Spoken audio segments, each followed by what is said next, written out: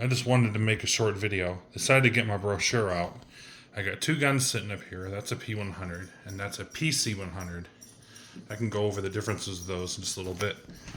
But this is an older brochure.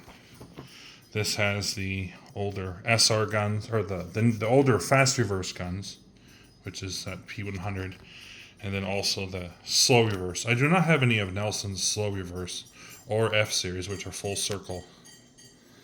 But I do have all of their fast reverse, P100, P150, 200. And I just wanted to do a short video. I guess I'll start off with this one. That one right there is a Nelson P100. That is an older fast reverse. It has the older single arm style. It's commonly used on the end of pivots, larger areas. But I mostly see them on the end of pivots as a primary end gun. This is a fast reverse one. As you can see, it's got the little cam over there, and these are called the stops, which help disengage or engage reverse. Basically, these have an arm here that moves up and down. Every time it hits the stream, it knocks the arm down, and then that pushes it off to the left a little bit with this, the way that arm is, or that vein is designed. And when that cam reaches on the stops, after it goes forward for so long and it reaches the end, basically it'll start pulling this into the stream slowly. And then once that reaches a certain point, it gets pulled up. Now when it hits this directs all that stream or energy off. It directs the stream off to the right. That creates energy. And then the gun will, whip back around. And then once it hits that stop, it'll pull this out, which will stop. It'll stop moving backward, and then this drive arm will move it forward again. That's basically how they all work. It has a braking system there. That braking system, you can adjust this to make it go faster or slower. Basically, the brake has some discs around in the bearing here, and they'll push like against each other, kind of like a brake system in a car. Now, when this gun is running, you want to adjust this so it's giving uniform application going forward, and you want to make sure it doesn't go too fast in reverse. These guns have actually broken pipes. They've snapped mounts. They've actually broken. They could break this. They could break a lot of pieces and parts on the gun. If they're getting a lot of pressure when this is in reverse, this thing creates a lot of force to reverse the gun back. Now when you have this adjusted properly and the plates are pushing on each other, they will push against each other, creating counterforce, which will make the gun reverse slower. There's also that adjustment there, which adjusts the reverse speed. You can adjust it for either slower or faster. And then also this mechanism here, which you can adjust by removing this bolt. And then you would pull the counter pin out of this, and you could turn that nut, and then you could turn that bar in there, and that'll adjust how far this goes into the stream before, or when it's in reverse, also adjusting the speed. But you want to make sure you have this tight, because you want the sprinkler to be able to water evenly, and you want to make sure that the gun does not reverse back too slow or reverse back too quickly. I think Nelson recommends probably adjusting about 1/4 of the inch when you get it. I mean, it's set that way from the factory, so it's set pretty slow at the factory. The nozzle on this is a .70 taper bore. I'm not exactly sure if this... Okay, so if you look at this, the .70 taper bore, 0.7, on my pumps have a max of about 195 gallons a minute. The pressure is about 50 with two of them hooked up. So about 50, the 0.7, you're probably getting at about 100 gallons a minute with a diameter of 245 feet. So that's still pretty good. And these aren't Nelson's bigger guns by any means. These are the smaller ones. There is one smaller than these, but they are not fast reverse. They have a slow reverse. And I will move on to this. This is not mentioned in my manual here, so I can just go by what I know. This is a Nelson PC100. It's basically the same as that, except there are a few key differences. This gun does not have a brake system on the back here. There's no brake. Inside here, it still has the discs, but they have nylon pads, which help slow the gun down. At the factory, that is not adjustable at all. Now, the reverse mechanism on this gun, there's a lot of things that are movable on this. There's like an anti-stall vane, there's some other stuff. Basically, what happens with this gun, it works the same as the other one. You know, that drive arm right there where it goes it forward. And when it reaches a stop, it'll pull this system down, just like that. And what happens is, according to the pressure that's coming out of that nozzle there, that vane will adjust. There's 2 adjustments on it. And you don't do it yourself. You do it by... it's all done by the pressure coming out of that nozzle. It's an anti-stall vane, and that will adjust to make sure that the gun isn't whipping around too fast with a lot of pressure, or that the gun doesn't stall out and stop reversing during lower pressures. And it's all done automatically by that reverse mechanism there. You don't have to do anything. It's all done on its own. So the gun will reverse the same speed whether high pressure or low pressure. And this is also another gun that's using the end of a pivot because it's a 100. This one has a 0.8 top. I'm sorry. This one has a point. No, I'm sorry. That gun there has a 0.8. I'm sorry. This one has a 0.7 taper bore nozzle. So it's the same reverse mechanism. It's got that cam and those stops. You know that gets pulled down the stream, and they know that puts it to the right, creating force, pushing it back. But this will also adjust to the pressure coming out of that nozzle to make sure the gun isn't whipping back too fast, or that's not whipping back, or it's not whipping back super slow, and then the gun will stall out or stop moving. That is the only difference between those 2 guns. This one also, in the reverse cam, you see the little protruding thing there? That's a spreader nozzle port. My P100 also has that too. You can put a spreader nozzle in there to help with close-in coverage. The main barrel with that big nozzle is meant for range, so that spreader nozzle will help. Get that getting closer in coverage. The mechanism on this is a little different from what's on that P100. This one's on the top, while the P100 there, the mechanism's on the bottom of that nozzle. They both work the same. I got this at the TO dealer. It was locked up when I got it. I got it free. And then I also put a nozzle on it. And for it sitting for a while, it does not leak. It works good. It is a pretty good working gun. So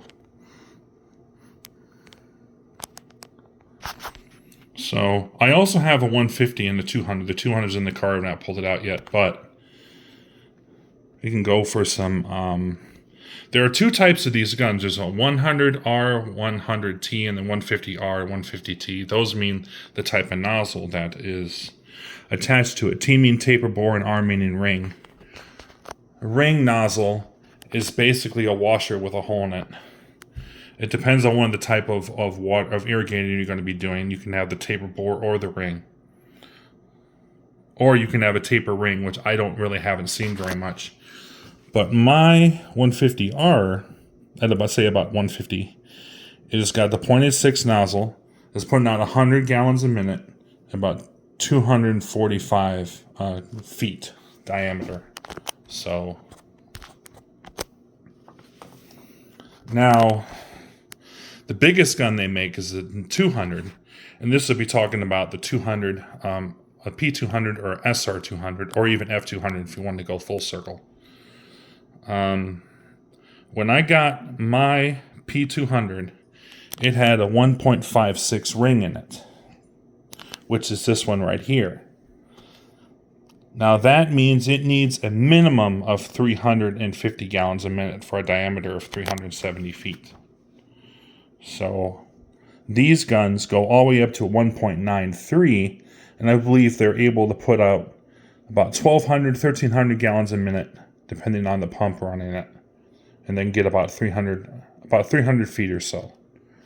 Now I'm not talking about diameter, because diameter is like round, but the max with a taper bore nozzle is 620 diameter feet. So they are those guns are pretty powerful, and they can put out a lot. So the 100s, both these 100s here, like I said, the old fast reverse are not made anymore. And you cannot buy parts of them from Nelson anymore. However, the Valley dealer can take both of these guns. I didn't take that one yet, but I took this one. This one had a leak in the base, so it was causing some water to spray out these holes. And those holes are there to let you know, hey, your gaskets have gone bad, you need to replace them. And the dealer can still do that. They also replaced the bearing at the bottom of the base. I think they also lubed up everything to make sure all the grease and everything was working, the mechanism was working free and stuff like that. This one has not been taken over to the dealer yet, and I probably won't until I notice a problem with it. The zip one seems to work fine. It moves forward, it reverses fine, does not leak from the base. But like I said, when I got it, it was locked up, and I needed to put it into a vise and turn it back and forth real gently with a vise, and then it started moving on its own. So that's basically it for those. Now, I could talk a little bit about these. These are the slow reverse. There's two different models. There's a slow reverse and the slow reverse NV100. The NV has that little plunger that is basically a nozzle shutoff. That plunger will seat in the end of that nozzle there. And when it gets to a certain point, it will, there's a valve that will turn on to cause that plunger to come into the nozzle and plug that. So say if you want to go on the end of a road, you can do that. That will plug the nozzle, shut the gun off, and then once it gets far enough away from the road that you don't have to worry about it, the plunger comes out and the gun continues working. That means that there's no friction loss. It was somewhat new that Nelson came out with a long time ago. However, the mechanism for the nozzle vane, the nozzle valve, that's what NV stands for, would always get dirt and stuff, and it would get stuck halfway open or maybe halfway closed, and the gun wouldn't work right. So not a lot of things use that anymore, since those tend to get dirt and dust, sand in them, clogging them up, and they're improper. They have improper operation. They don't shut off the gun when they're supposed to, or they'll be halfway in the stream, so the gun be spraying water everywhere. So if you use a normal Nelson shutoff valve on these guns, there is a little bit of friction loss because it's a valve and that's closing instead of like a plunger that's going inside the nozzle there. So yeah, that's like I said, these could also be used in ballparks. They could be used to water a large area of a large yard. You could probably even use them on golf courses, I assume, if you wanted to pull them around and change them around all the time, which a gun like this is a lot heavier than, say an impact sprinkler on a QC or maybe an in-ground rotor. I don't really see any golf courses ever using big guns like this. Although I did happen to see a video of a cemetery using a big gun, and I do believe it was a slow reverse, so it's not a fast reverse like this. But that's not something I see very commonly. And no, those places usually use in-ground rotors, or maybe even impacts on QCs that get moved around. So I'll get back to we're talking about the slow reverse guns. The slow reverse has a different mechanism. They still have the drive arm. However, it's kind of like what they call the dual drive arm. This is a single drive arm because it just has one arm that's, it's got the vane and it goes up and down to move the sprinkler. This one is basically, if you ever heard of the Buckner rocker jets, it's basically the same principle. You got the drive arm that moves up and down normally, but the drive vane has two sides. So basically what happens is when it's going forward, it'll hit the left side of the vane when the arm's going up and down, And then this trip back here, once it reaches that stop, which is that little piece of metal protruding out, which you can adjust those are adjustable. It'll take this arm and it'll trip it back, which moves this arm over at a certain degree. And the nozzle, the water coming out of it, will hit this side. So then every time the arm goes up and down, it'll move it back really slowly. This is the new way of doing it. Nelson does not make the fast reverse anymore. The slow reverse is better because it does not whip back. It does not create tension or does not create force, which can break parts eventually, put stress on components. And if it's going back slower, it will end up putting more water down on both the forward and reverse cycle. So this is definitely the better and more efficient way of doing it. And on the end of, that's another thing, on the end of pivots, you do not want to have a gun like this that is fast reverse, that has it creates force to reverse the gun back by using this deflector, made by water pressure that creates energy to reverse the gun back. So if the brake will get out of adjustment, it will get out of adjustment and it'll get worn out just like the brakes in your car. If this gun were made to run without the brake, eventually it could put a lot of stress on the overhang and break it. It could cause it to come down.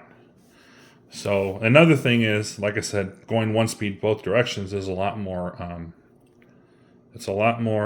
efficient that way. So you put double the water down, the gun doesn't need to run as long, and you're not wasting water.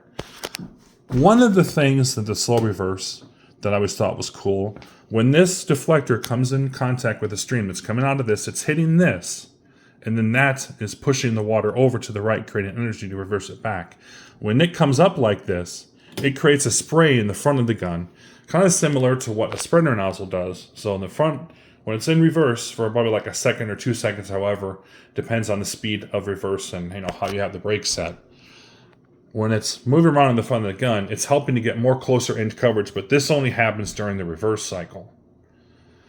I've actually seen a 200 gun that actually had the reverse deflector stuck in the stream, and it was trying to go forward. Every time it went forward, this energy from this, being in the stream like this, pushed it back. So the gun was not moving.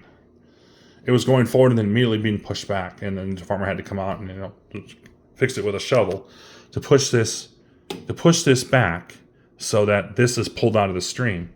Usually what happens is there's bearings in here, and this whole mechanism, bearings in here, and usually they may be running out of grease or something, or maybe they just need to be cleaned or something. It gets stuck, and the gun does not have, with this, I've seen a gun get stuck in reverse and the arm moving back and forth, pounding, eventually hitting that, created enough force for this to be pulled out. But it's something that happens with these. So the Nelson SR guns are also nice because they have, like I said, they are slowly reversed. You could take the stops off of this, just like I could take the stop off of this. And off of this, you just get a wrench and loosen these bolts here. And you could take these off and make it full circle. Now, what Nelson recommends is, if you're going to make this gun full circle, you want to leave on the disengagement stop, just in case reverse gets tripped on this by accident, or if the gun malfunctions, so one of this mechanism, it may just kick up here and start reverse. The reason is, if you don't have a disengagement stop, this is a disengagement stop, because it's pulling it back. Because when the gun's out like this, you want to hit this, it'll pull it back and start pushing it back out here. If that is left to go on in reverse cycle with no disengagement stop, the gun will go in circles. And I have a video of my PC100. It's not this one. It's my other one, which is the NV. It has a nozzle valve assembly on it. When I first got it rebuilt, after a while, I ran it a couple times and decided to run it again with a couple different size nozzles. I had these stops very close together because I wanted to get of it going, like water in as much of the area as possible. I had a really wide arc. So these two stops were stuck next to each other, basically. What happens is, the gun came over, it triggered reverse, it went back, it went all the way back, it tried to hit the disengagement stop. But the problem with these guns is, sometimes even if this deflector is like this and it's pulled out, there is still a lot of reverse power, reverse force stuck in this gun. And that will cause it to jump its stop sometimes. That could also be because you don't have the brake set right. You don't have the brake adjusted, you don't have the reverse mechanism adjusted properly. Well, when it decided to hit that, it went back further. It engaged the reverse again, so it was basically going in circles trying to pull out and just keep going. I had to shut it off. But then I learned if I move the stops farther away from each other and don't have them right next to each other like I did on that won't happen. So if it's going in circles, that's not good because it creates a lot of unnecessary force and it could break something. I actually went up and turned off the pump, and then I ended up moving the stops farther away from each other, and the problem was solved. It worked fine after that. So there's some other guns. The P100, that's this one. The F100 is basically a P100, but it does not have this reverse mechanism. It doesn't have any of this. It doesn't have the stops. So basically that gun's just meant for full circle. So now there is another one, I think. Is it not here?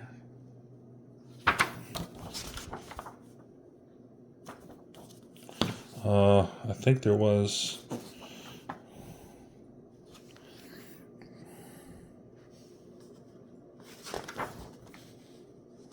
Oh yes, this one. There is a P150DS with special 43 trajectories available for coal pile dust suppression. That means that nozzle, that the barrel is up at a higher angle to help for dust suppression. And dust suppression, you want to have a high angle. You don't want to have a low angle. It's just not going to get very far. The only problem with that is if you were to use that in an irrigation situation where you need to irrigate your crops, you're going to have a lot of wind drift with it being up so high in the air. So that's only for dust suppression. You want to make sure that you don't use that for anything but if you're using in a coal pile or gravel or something like that. So that's pretty much it for these. I could go grab my 200. So I'll be back in a few.